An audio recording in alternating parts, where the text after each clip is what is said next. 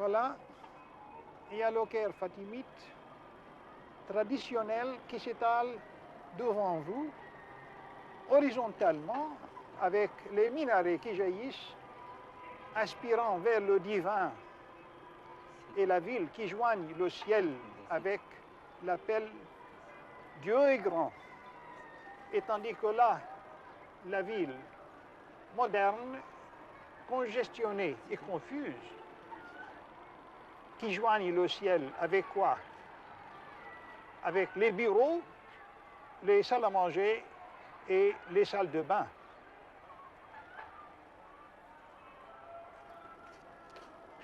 Hassan Fathy, qui êtes-vous? Je suis un architecte qui a perdu tout point de repère dans sa société arabe. Je suis un architecte arabe et qui a perdu tout point de repère dans sa société arabe, qui a perdu son arabité. Et je suis en train de me rechercher en architecture et en urbanisme. Retrouver, chercher et retrouver mon arabité perdue.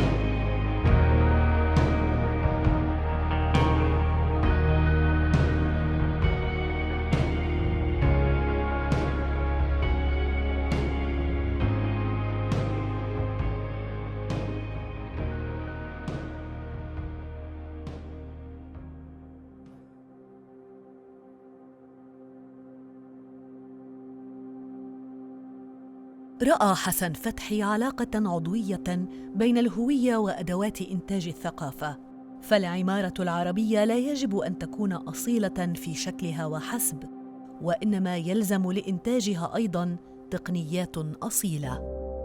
بعد وفاة فتحي في العام 1989، وهو العام نفسه الذي شهد دخول الكمبيوتر حقل الإنتاج المعماري العربي، لم يكن الانتقال للأداة الرقمية بالأمر الهين. كانت المسافة المتخيلة بين ما هو أصيل وما هو رقمي ساحة لسجال محتدم. بالنسبة لكثير من أتباع فتحي وتلاميذه، لم تكن الأداة الجديدة أصيلة بما يكفي لإنتاج العمارة العربية التي كان يبحث عنها. كان المشهد المعماري العربي حينذاك واقعاً بين خطاب يبحث عن هويته المفقودة بحسب تعبير فتحي عبر إعادة إنتاج السمات الثقافية المميزة للعمران التقليدي، وخطاب آخر يرى في التقنية الجديدة فرصة لإنتاج ثقافة جديدة.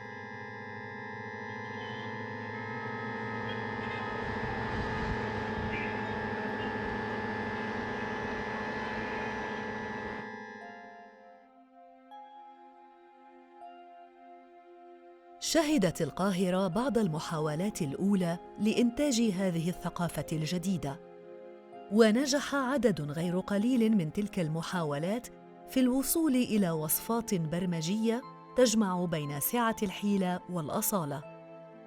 كانت العمارة الجديدة على قدر من التعقيد لم يكن ممكناً قبل تلك اللحظة، إلا أن هذا التعقيد فرض واقعاً جديداً بدا كما لو كان في قطيعة مع ما قبله. Zaha Hadid, you're completely dissociated from the Islamic, Oriental, traditional architecture, but many big Arab architects, were inspired by such legacy. No, I think they're horrible. I think they're dreadful. How do you find the work of the Iraqi, Rifat al-Jazirji, for instance? I think he was a very talented guy, but I don't like the work which he did later in time. What about the Jordanian Rasim Badran? I don't like his work. What about the Egyptian Hassan Fathy? It's irrelevant because it's mud houses. I mean, you don't want to live in one of those houses. So, But this is our heritage. Yeah, but I think heritage is about change.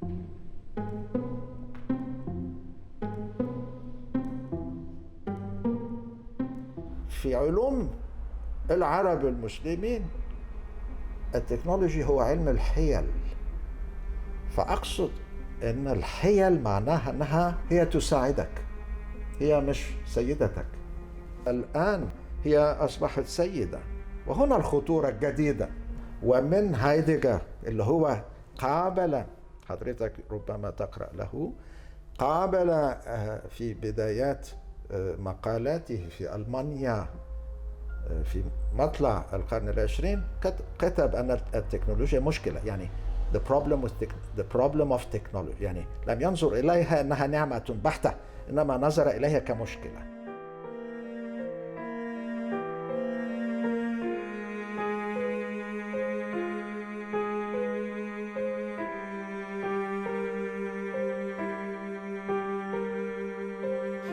There are no pre-technical forms of thought, which is to say, the notion that our ideas or thoughts can exist outside of their technical formation is perhaps one of the most pervasive fallacies of modern life. Even our oldest forms of thought and conceptualization, many of which were pre-linguistic, involved deeply technical systems of expression and representation, systems of inscribing and engraving. And seen from an anthropological view, technicity is inseparable from the process of hominization. It's inseparable from the process by which a certain set of animals began to first refer to themselves as humans.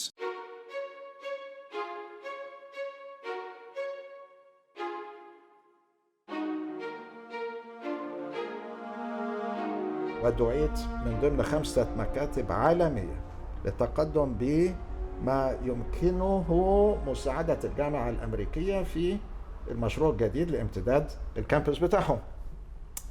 فحسيت بالخجل ان كل الكويستشنير، الاسئله التي يجب ان كم حجم مكتبك، كم سرعه الانترنت في مكتبك، كم سرعه تبادل المعلومات ما بينكما في المكتب، كم سيرفر، كم سرعه القدره السرعيه على انتاج اللوح بالالاف.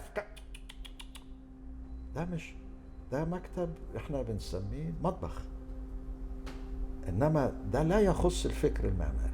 فكذلك ضرر الديجيتال انه ما بيقولكش، ما بيقيمش فكرك المعماري العمراني وذكائه، بيقيم قدرتك على الانتاج كأنك بوكسر.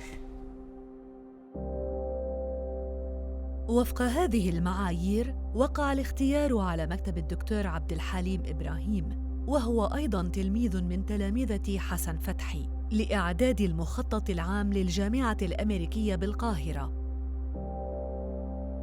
بحسب تقدير أحد المشاركين في الفريق، تطلب إنجاز المشروع ما يقرب من 10,000 لوحة هندسية، لم يكن من الممكن إنجازها لولا تحول المكتب إلى الإنتاج الرقمي.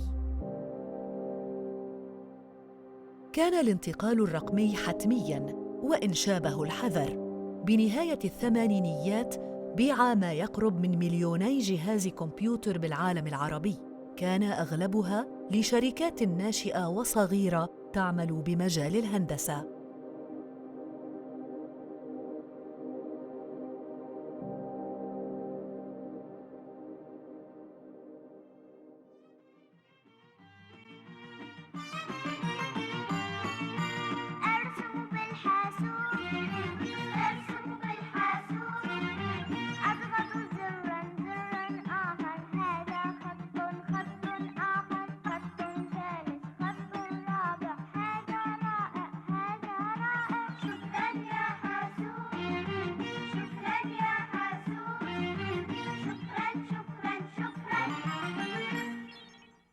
أول مرة كان يبقى في عندنا كمبيوتر في المكتب، أفتكر كان 89.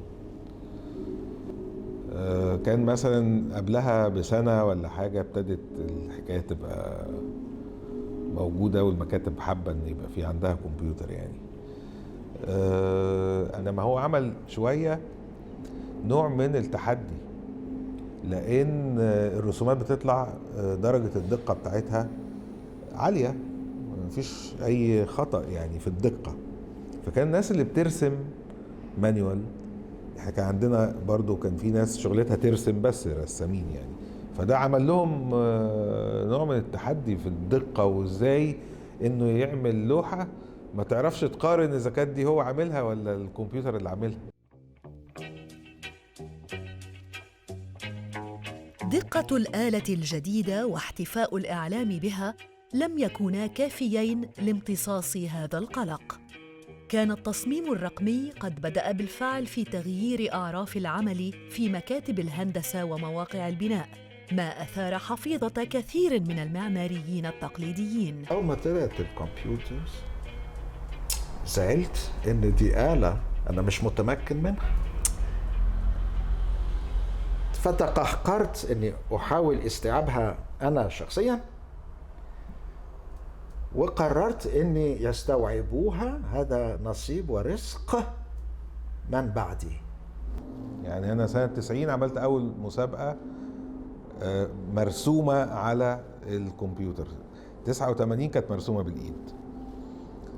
النتيجة كانت حاجة يعني، طبعا المشروع أنا مبسوط بيه، ووقتها يعني كان فيه ردود أفعال كويسة يعني، لكن في لجنة التحكيم وفي المعرض اللي اتعمل بتاع المسابقة كانت كارثة. يعني لجنة التحكيم كانت شايفة ان ده تشيلوه من النقابة اصلا، ده مش معماري يعني، ده ما يستحقش يبقى معماري اصلا يعني. المسابقة اللي بعدها انا رحت لقيت الحاجات بتاعتي مرمية على الارض ومتداس عليها بالرجلين وبتاع، كانت حاجة في المعرض يعني. لم يستمر القلق طويلاً، فامتلاك مكتب هندسي لجهاز كمبيوتر في أوائل التسعينيات لم يكن فقط يعني امتلاك قطعة من المستقبل، بل كان أيضاً علامة على توسع استثمارات المكتب ومصدر إبهار للعملاء.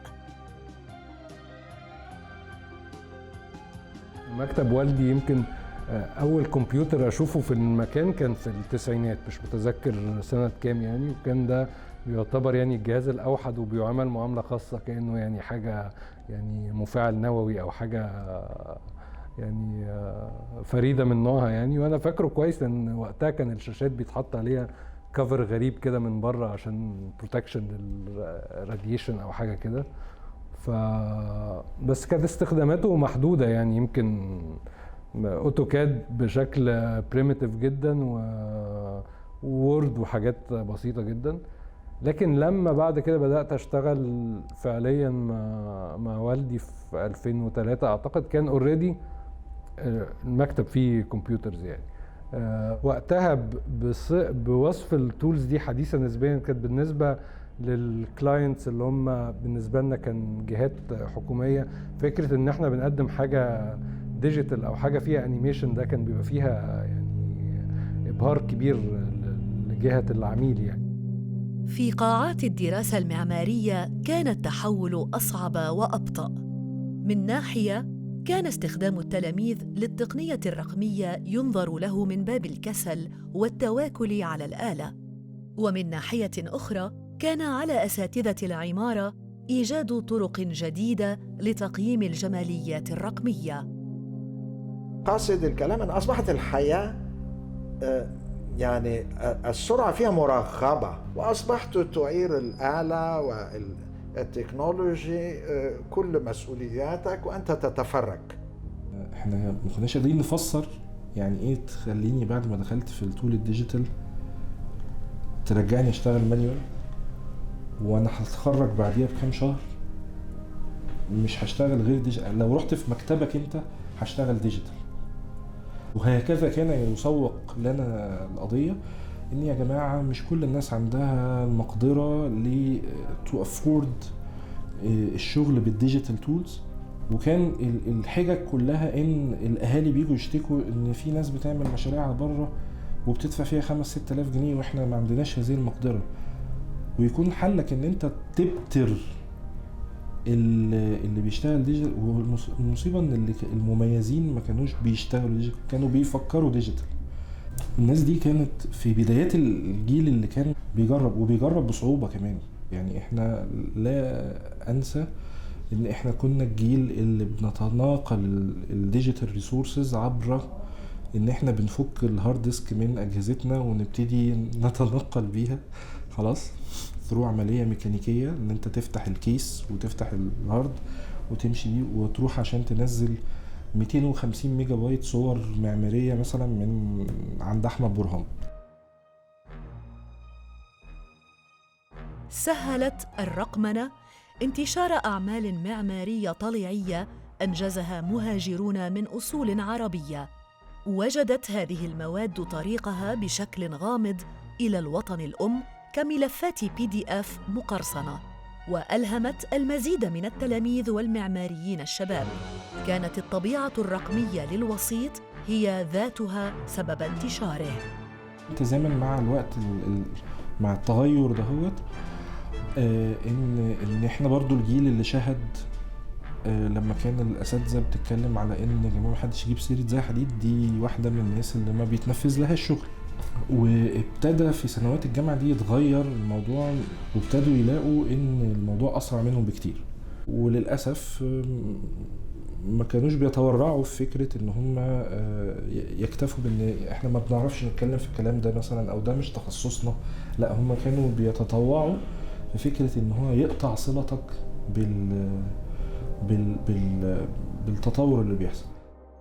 جمال بكري واحد ما كانش يعرفني خالص، ودلوقتي يعني we're very close الحمد لله، يعني قوي بيحبني قوي وانا بحبه جدا. فاكر لي الكلمه ديت، انا بقول له لغايه دلوقتي ان هو غير مسار حياتي تماما. فكان عندهم ندوه هم بيتكلم فيها جمال بكري، فاول لما حضرت لقيت الراجل بيوريني شغل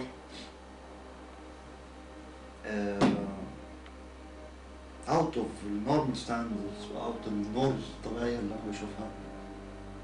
يعني he was extremely proud إن كله خسر. كل الشغل اللي بيوريه مشاريع على ورق كلها خسرت. he was extremely proud. قوبلت الأعمال الأولى للرقميين العرب باستهجان نقدي، فاقم ذلك التطور المتسارع للتطبيقات التي استخدمت لإنتاجها، ما صعب تقييمها بأدوات التحليل والنقد المعماري التقليدي الشائعة حين ذاك. من 88 كنت بروح أشتغل يعني بارت تايم في مكتب تاني، فكان برضه عندهم كمبيوتر واحد كده بس كان IBM، وكان الرسم عليه حاجة صعبة جدا بقى ومفيش ماوس يعني افتكر كان اسمه السوفت وير كان اسمه فيرساكاد. فيرساكاد ده كان ممكن يسقط لك واجهة وممكن يعمل ايزومتريك، بس كانوا بيطلعوا دايما ناقصين حاجات، يعني ما بيطلعش بالظبط، فانت بتقعد تكمل برضو عليه. بعد كده ابتدت تظهر البرامج اللي بتبني 3D وبتبني بالعناصر المعمارية. يعني كان في طلع ميني كاد بس ما عادش مدة طويلة، ولما طلع بعديه حاجات أحدث. كان في برنامج اسمه افتكر اركتريون أو حاجة زي كده، وبعدين جبنا الاركيكاد في الآخر لأنه دخل مصر فبقى هو اللي متاح، وواضح إن هو كان الأنجح لأنه لغاية دلوقتي ما زال موجود. فدخول الاركيكاد ده بقى عمل بالنسبة لنا على الأقل عمل اختلاف بجد بقى، لأنك أنت اولا بقى عنده امكانيه لل 3D كويسه، تقدر تشوف الحاجه 3D كويس، مش مجرد بيعمل لك رسمه ايزومتريك ولا حاجه، يعني انت بتشوف الحاجه وبتلف حواليها وتقدر تشوفها من جوه ومن بره، الحاجات اللي احنا عارفينها يعني، بس انا بكلمك على انطباعنا احنا وقتها. كنت بحاول السكتشنج والكلام ده اترجمه ديجيتالي بالاوتوكاد، ما كنتش بشتغل غير اوتوكاد، ودي تول طبعا قد ايه هي متميزه مثلا في ال 3D، بس بخلاف الفلكسبيليتي اللي بتتيحها لك البرامج الحاليه والبارامتريك ديزاين، يعني وبرامج البارامتريك ديزاين المتاحه دلوقتي. فكان التجريب يكاد يكون هو بالتول الديجيتال، بس هو كان في اطار مانيوال برضه. فده كانت اللي بيتميز فيها هو الايه النحات اللي قادر يسخر التول المتواضعه دي ديجيتالي في ان هو يكريت بيها فورمز ويطور الفورمز دي. في تلك الآونة بدت الحواسيب نفسها في تناقض مع الرواج المتزايد لعمارة ما بعد حداثية ذات مظهر تراثي. كنتيجة لذلك عمدت بعض المكاتب الهندسية إلى إخفاء ما تملكه من حواسيب. في بداية مرحلة التكون دي أنا شفت حاجتين فيهم كونتراست كبير جدا. يعني عند جمال بكري مكتبه كان يعني يمكن مواكب للعصر بشكل كبير أكتر من النمط اللي موجود في مصر بشكل عام حتى في مجالات أخرى، فكان كل حاجة فيه يعني مبهرة لمواكبتها للعصر، سواء من خلال التقنيات اللي بيستخدموها، السوفت ويرز، النمط بتاع العمل داخل المكتب، يعني لو مجازا ممكن نسميه الورك ستايل او اللايف ستايل داخل المكان. وعند دكتور عبد الحليم كان بالنسبه لي التجربه المناقضه تماما، كانت كل حاجه يعني بتنتمي للعصر يمكن سابق. يعني حتى المكتب الكراسي اللي موجوده كانت كراسي بامبو، شكلها يعني يمكن هي حرفه تقليديه ومنتميه للتراث بشكل كبير، لكن مش الانسب لمكان العمل. معضله الرقميين العرب وربما خصوصيه تجربتهم في مصر نبعت من هذا التناقض المتخيل بين العماره المنتجه رقمياً وبين الثقافه المحليه التقليديه. ربما كان هذا التناقض أيضاً وللمفارقة مدعاة لاعتناق غرائبية الرقمي كوسيلة لتثوير التقليدي. تكوين هندسي غريب يطفو دون وظيفة واضحة داخل فضاء تقليدي في دار الكتب بالقاهرة. هكذا بدا الرقمي كزخرف زائد عن الوظيفة، إلا أن هذا التزايد كان هو بحد ذاته الوظيفة المنوطة بالرقمي. كان ذلك الزائد هو ما يمكن الخليط من تجاوز التناقض المتخيل بين التراث والحديث. وكان ساعتها بدايات الكلام عن الفيرتشوال رياليتي والديجيتال ميديوم ومسابقات بقى المدينة الذكية. بحلول الألفية الجديدة أصبحت الصفة السياسية للأداة الرقمية واضحة. من الوجهة المعمارية كان ترك التراث خياراً تحتمه التطورات التقنية المتسارعة، ومن الوجهة السياسية كانت الأداة الرقمية جواباً سريعاً لمعضلة التحديث.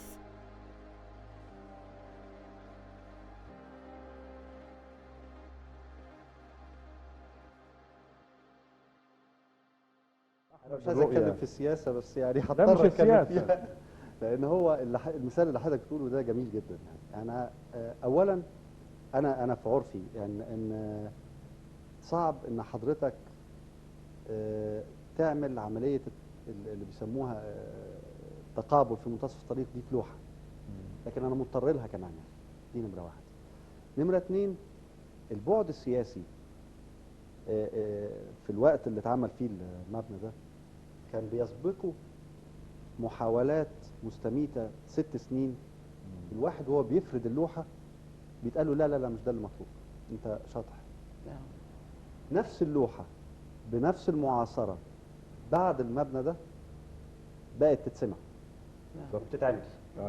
فده بعد سياسي كان مطلوب. يعني الصدمة اللي بتعمل التحديث التطوير، الصدمة اللي بتخليك تحاول تكتشف. هو خلينا نقول عليها الدهشة. لأن هو فكرة الصدمة ممكن تعمل أثر عكسي. يعني أنا بتصور إن الدهشة معناها إيه؟ اكتشاف بعد جديد لم يكن موجودا، لأن ده دور الفن.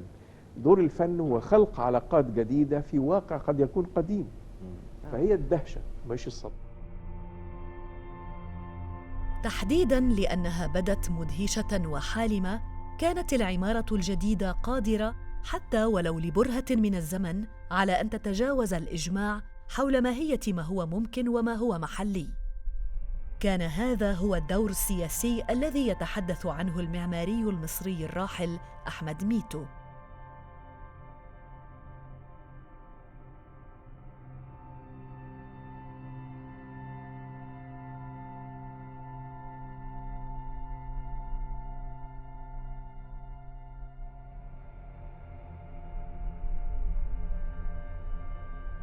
هذه الأشكال الحالمة كانت أيضاً مادة لحسابات الإنشاء وجداول المواصفات وتصاريح البناء ومفاوضات لا تنتهي مع السلطات المحلية والمقاولين والاستشاريين.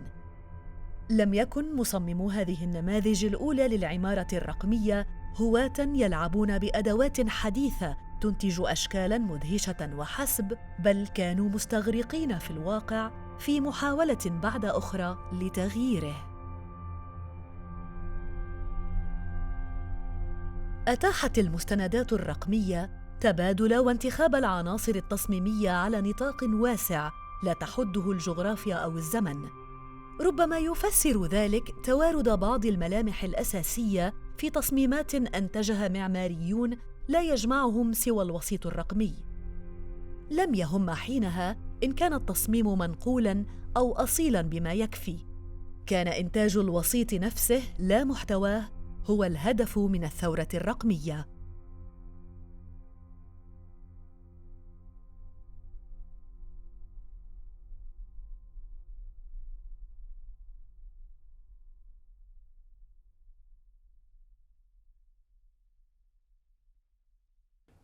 إليكم هذا التقرير من ميرفت أبو عوف.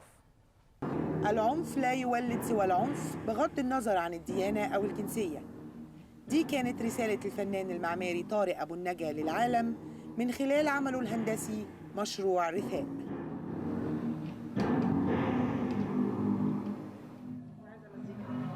المعماري أبو النجا مصري الجنسية ويعمل بلوس أنجلوس من 20 سنة. انتماء أبو النجا لعالمين مختلفين كان وراء إنجازه الفني.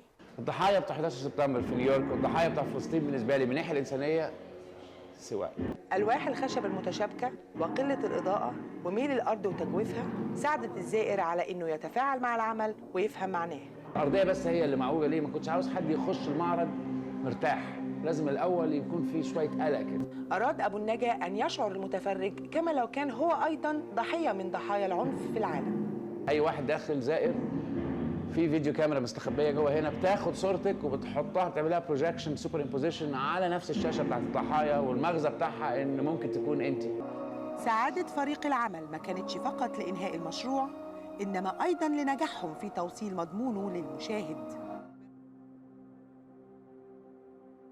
فتح الوسيط الرقمي العمارة على وسائط أخرى، ما سمح للمعماريين باجتراح مقاربات جديدة في السياسة والفلسفة.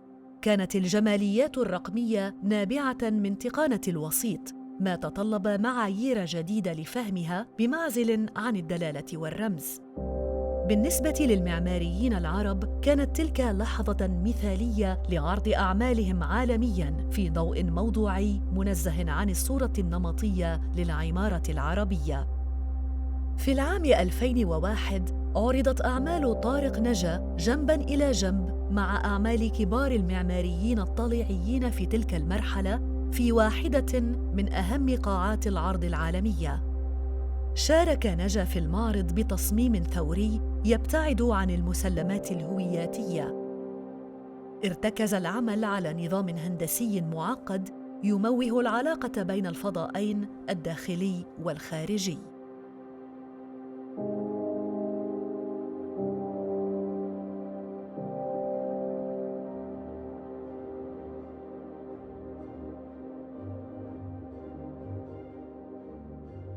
عادة ما يخفي التعقيد الشكلي للمنتجات الرقمية تعقيد الأنظمة التي تقف وراء هذه الأشكال. هذه الكومة العشوائية من الخطوط المتقاطعة إنما هي في واقع الحال نظام هندسي شديد الدقة والتعقيد. في نسخة قديمة للموقع الإلكتروني لنجا نطالع ما يذكرنا بالوعد الأصلي للوسيط الرقمي: إنتاج وإدارة تعقيد الأنظمة لا الأشكال. يتصور هذا المشروع المبكر نظاماً افتراضياً يربط بين منزلين، أحدهما في شرم الشيخ والآخر في ماليبو بولاية كاليفورنيا.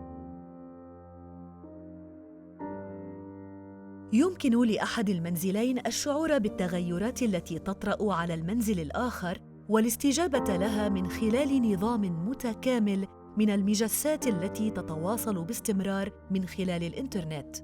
يسميه نجا نظام للتواصل المعماري السبراني.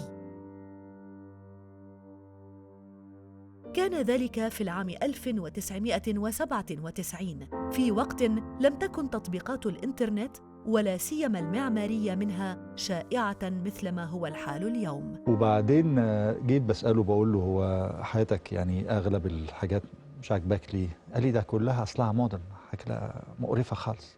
أنا اتخضيت من فقلت له ليه؟ كان أياميها طبعا في الفترة دي. ده كان سنة كام تقريبا؟ أعتقد 94 حاجة كده، 94 95. فأنا كان هاممني أوي أعرف القصة ديت، يعني إن إزاي حياتك تعمل برضه كنايات ضمنية وتعمل شكل بيعبر عن التراث بس بطريقة ضمنية شوية في إطار معاصر. ده كان مرفوض خالص. ولقيت الراجل بيقول لي يعني ده نادي. قلت له هو أي مبنى معاصر يبقى نادي؟ قال لي أصل عيب قوي. أنا فاكر بقى المنطق بتاعه ساعتها يعني. ده كان منطق كان موجود عند المصريين كلهم، وأعتقد إن هو كان المؤشرات بتاعته يعني أدت للي احنا فيه بقى. ستيل موجود عند المصريين النهارده. لما تخش أي بيت تلاقي الصالون لازم يكون أنا هقول لحضرتك الجملة اللي قالها لي ودي فرقت جديد. معايا يعني جامد جدا. يعني لقيته بيقول إيه؟ صعب قوي إن القضاة الإنجليز اللي هم يعني على حد قوله ما طلعوش من البيضة، يعني بقى لهم بيلبسوا الشعر المستعار الابيض بتاعهم وبيحافظوا على العراقه والتقاليد الاصيله بتاعتهم وبتاع، واحنا حضاره 7000 سنه وتيجي تعمل لي مبنى مودرن. بالتأكيد لم تجد تصميمات نجا المستقبلية صدى في مصر، فالسياسيون دائما بحاجة لمشاريع بناء عملاقة تفتقر إلى التعقيد لمجابهة استحقاقات التحديث الشكلي، والمقاولون دائما بحاجة إلى رأب الصدع التقني الجديد الذي قد يودي بأنظمة عملهم التقليدية. التقت الحاجتان على ضرورة إعادة إنتاج السائد والتقليدي باستخدام أدوات حديثة وتفضيل المعماريين القادرين على إنتاج هذا الخليط. كان المعماريون الرقميون بحاجة للدعم السياسي بقدر ما كان السياسيون بحاجتهم، فالأداة الرقمية لم تكن قادرة على إنتاج التقليدي وحسب، بل وأيضاً على تكراره بسرعات وأحجام قياسية. مع انتصاف العقد الأول من الألفية الجديدة تسارعت وتيرة التحول إلى الإنتاج المعماري الرقمي. أصبح الكمبيوتر هو القاعدة لا الاستثناء. أسهم التحول الرقمي في فتح الأسواق المعمارية المحلية على بعضها وعلى العالم.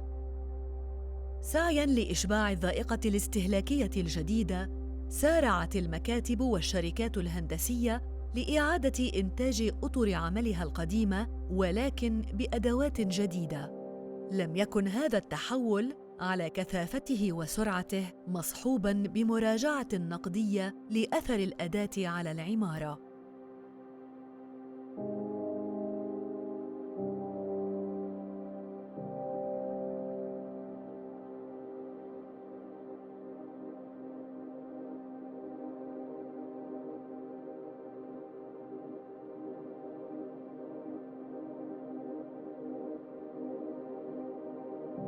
ساعة ما بدأت ثقافة البنى في مصر انها تبقى الكومباوند والمكان المقفول والمدينة المصورة والكلام ده، اتغير نمط الاستهلاك بتاع العمارة بشكل كبير جدا. وصلنا بقى النمطية ان اللي بتعمل 500 فيلا كلهم بنفس الشكل. كان المفروض ان ال 500 دول هيعملهم لك في العصور اللي قبل كده 50 مصمم يعني. لا هو بقى واحد. وفي الغالب ما بقاش مصمم، في الغالب هي النماذج اللي بروتوتايبس اللي بتخدم العملية التسويقية التجارية اللي هيصرف اقل ما يمكن عشان يكسب اكبر ما يمكن يعني. فده احنا التحول ده احنا حاصلين له من 2008 2007 او قبل كده بشويه يعني. ابتدى يبقى هو مفيش غير كده يعني، ابتدى يبقى مفيش غير كده. اللي احنا شايفينه بشكل ما في المجال المعماري حوالينا من تكرار لحاجات معينه، هي ناتجه لان التول بقت فيها انماط معينه جاهزه بتسهل البرودكشن بشكل سريع بغض النظر عن جوده المنتج المعماري، لكن بقت انماط بتتكرر. الديجيتال لايبراريز يعني بالتاكيد يعني ساهمت في ده، لان بقدرات الديجيتال بتقدر تاخد اي حاجه وتعمل بيها اي حاجه، فهي شويه كشري. الديجيتال قادر انه ينتج هذا الكشري بس بمقاسات لكل رزه مظبوطه مع الثانيه، وهذا منتج النهارده الديجيتال وورلد بيحفزه وبيشجعه وبينميه. أعادت القدرة على مزج وتوليف المستندات المعمارية الرقمية تعريف مفهوم التصميم ذاته. بالمقابل، حفز التعديل الجماعي لملايين العناصر المعمارية المتاحة على الإنترنت نوعاً من النوستالجيا الركيكة لطرز سابقة، أصبحت لاحقاً تشكل الهوية البصرية لمدن كاملة كالقاهرة الجديدة.